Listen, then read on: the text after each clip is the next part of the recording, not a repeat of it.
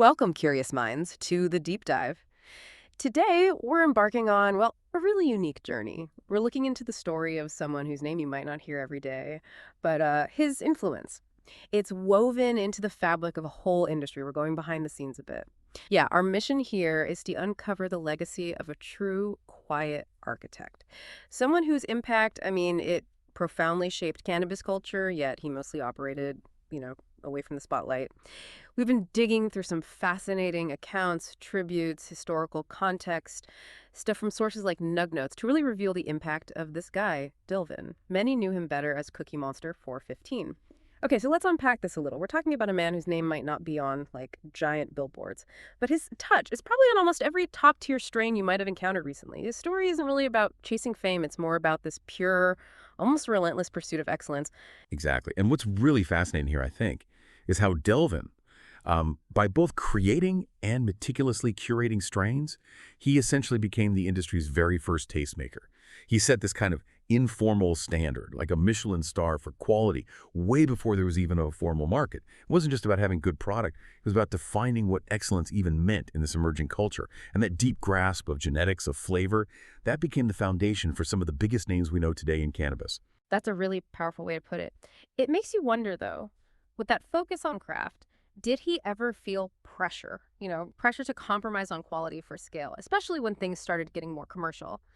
Well, get ready, because you're about to hear about someone who genuinely moved mountains, brick by brick, flavor by flavor, shaping a global industry right from the ground up. This deep dive, it's really an exploration of influence, of legacy, and honestly, the surprising ways culture gets built, often by people who aren't really looking for the spotlight at all. So let's start right at the beginning. The roots of that incredible flavor. Delvin came up in San Francisco's Fillmore district, historic place, and the sources say even before the big brands, before all the hype we see now, his name already carried weight in every hood, city to city, worldwide. How does a name get that kind of global reach so early without, the usual marketing machine? It's a great question, and it really speaks to the authenticity of what he was doing. His early dedication was laser focused. He was always chasing flavor, period. This wasn't about slick ads. It was about the actual experience, what he called jars and cuts. Basically, the physical cannabis and the unique genetic selections he was working with so carefully. We're talking foundational stuff here, like F1 Durban, cherry pie, and those really pivotal early Girl Scout cookies, phenos, GSC, phenos, his commitment to pheno hunting, which is just this painstaking process, right? So sifting through tons of seeds for the absolute best expressions. That laid the essential groundwork for some of these strains that came later and really defined an era. It was hard work, not glamorous, but absolute crucial. Right. So the reputation wasn't manufactured, it was earned through quality that just spoke for itself. And that careful work really started to pay off big time around the 2010s. This is when Delvin really kind of quietly shaped the cookies wave. He wasn't just watching, he was in it, hunting those key phenos and, crucially, keeping that Durban strain alive, which, was vital for the GSC lineage. And it's around this time he gets that famous nickname. Tell us about Cookie Monster. How did that happen? Yeah, it's a great little story from the sources. Apparently, he got the nickname Cookie Monster in Detroit because he'd roll up with cookie packs, these unique, super flavorful strains, when back then it was pretty much only kush available there. It just shows he was already a trailblazer, bringing something totally new and exciting to a market that was clearly hungry for it. Yeah, that nickname really captures that early influence, doesn't it? But what was his specific role in shaping the cookies wave when you had figures like Berner and Jigga building the brand? How did those paths cross, and what made Delvin's contribution, different? Okay, that's a really important distinction to make. While Berner and Jigga were focusing on building the brand, the cookies brand we know now, Delvin was arguably building the cultural acceptance for it. He was the one actually supplying the Girl Scout cookie flour to those well-known underground retails, the trusted word-of-mouth spots, back when GSC was, as the source puts it, the hottest strain at the time. His role wasn't just handing over bags. It was about establishing that crucial market validation. In a space with no real regulations yet, his stamp of approval, his product being there, that was the currency of quality. He was like this decentralized certification people just trusted. Supplier, QC, tastemaker, all behind the scenes. And his influence, it wasn't just confined to the plants themselves, right? He was also a big presence, and a unique one in the heady glass community. For anyone listening who might not know, that's the whole world of high-end artisan glass pipes, bongs, Really intricate stuff. And it's worth pointing out, as an African-American man, he was making waves in a community that was, yeah, majority dominated by white people. Mhm. What does his presence there tell us about his broader influence, the kind of respect he had? Oh, it speaks volumes about his cultural capital. Okay. Absolutely. Being involved in the heady glass scene shows he had this holistic appreciation for the whole cannabis experience. It wasn't just about the flower. It was the art, the craft, the culture around it. And to be a respected figure in that kind of distinct, sometimes kind of insular subculture, Yeah. especially given the demographics you mentioned, it just shows an incredible level of respect and authenticity. I mean, his taste, his influence, it just transcended the usual boundaries, solidified him as a true connoisseur, really across the board. That's really something. Okay, so his dedication back in Fillmore laid the groundwork. But his impact truly skyrocketed when his, discerning taste started influencing strains that went global. This is where his quiet expertise really started shaping a worldwide palate. Yeah, and a key insight here is how his eye, his taste, acted like an early filter for what would eventually succeed globally.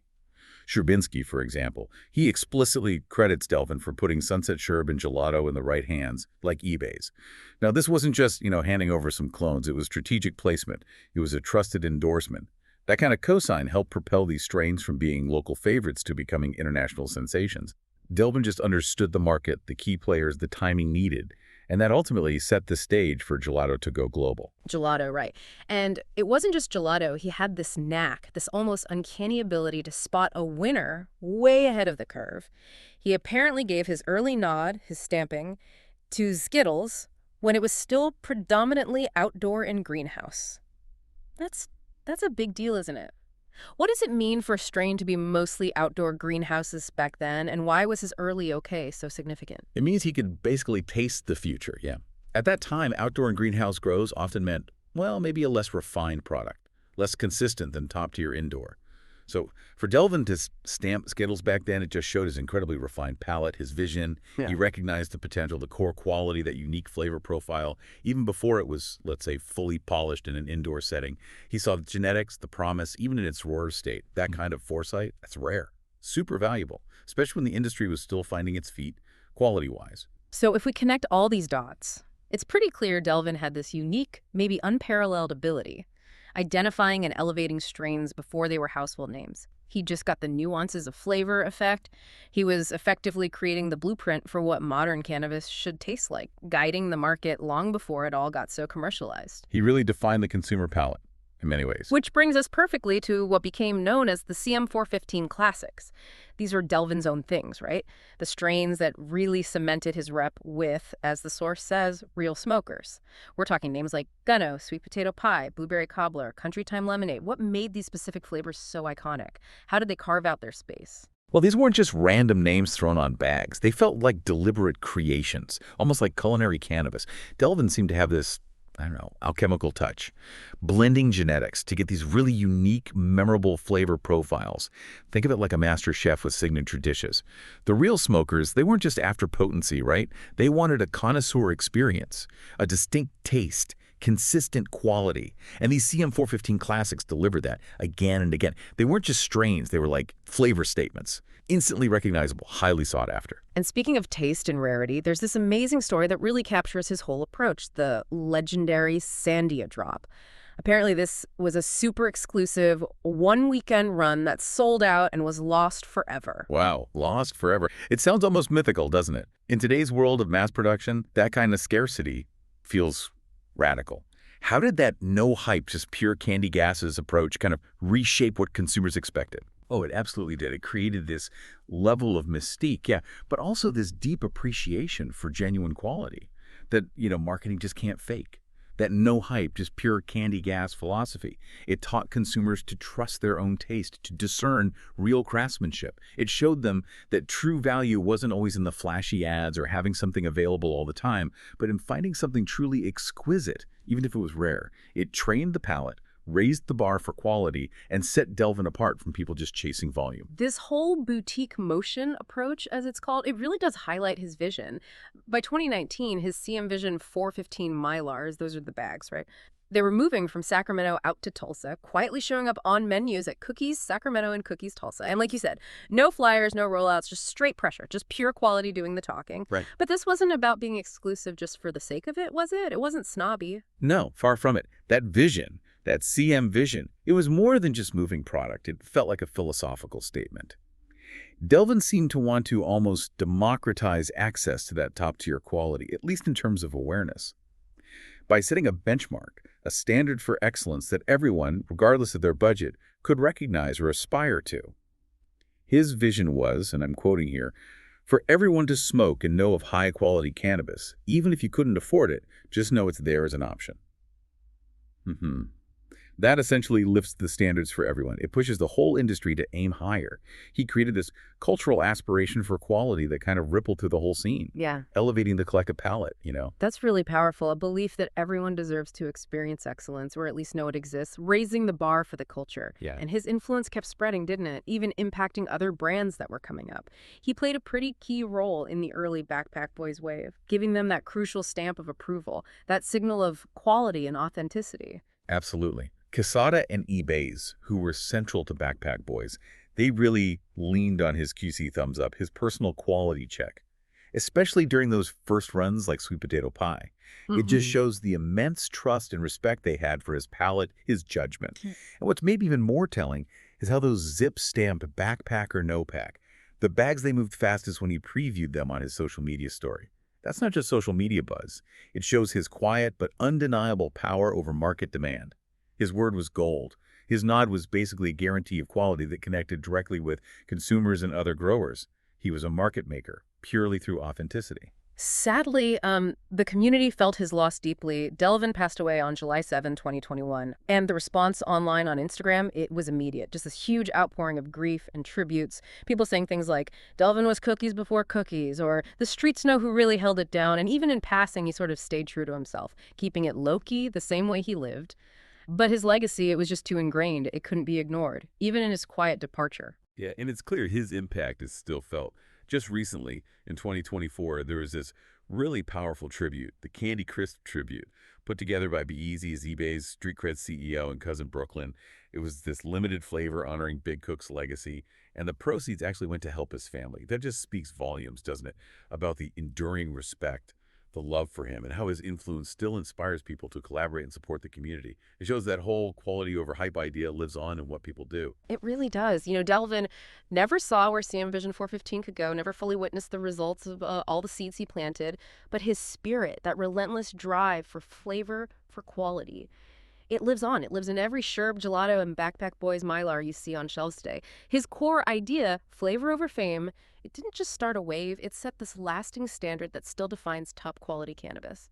So as we kind of wrap up this deep dive into the life, the legacy of Delvin, Cookie Monster 415, we're left with this undeniable truth, I think. His dedication to quality over hype created a wave that, yeah, like we said, still crashes today, echoing through every high-end strain, every discerning palate. His quiet, steady pursuit of excellence just shaped a whole culture from the roots up. And it really raises an important question for you listening out there to think about. What does it genuinely mean to leave a legacy? One that isn't built on being the loudest voice or having the biggest marketing budget, but built purely on undeniable quality and just authentic, unwavering passion for your craft. How do we even measure impact beyond, fame and dollars, especially in fields where the unsung heroes are often the most foundational? Exactly. And that gets me thinking, how many other quiet architects are out there? In all sorts of fields, shaping our world from behind the curtain, their real impact only may be recognized by those who truly understand the craft itself. What other unsung heroes are prioritizing the work over the spotlight, laying foundations without ever seeking applause? And maybe how can we, as curious people, get better at spotting them, appreciating that profound, quiet influence they have on our everyday lives? We definitely encourage you to keep an eye out, because once you start looking, you might just find them everywhere.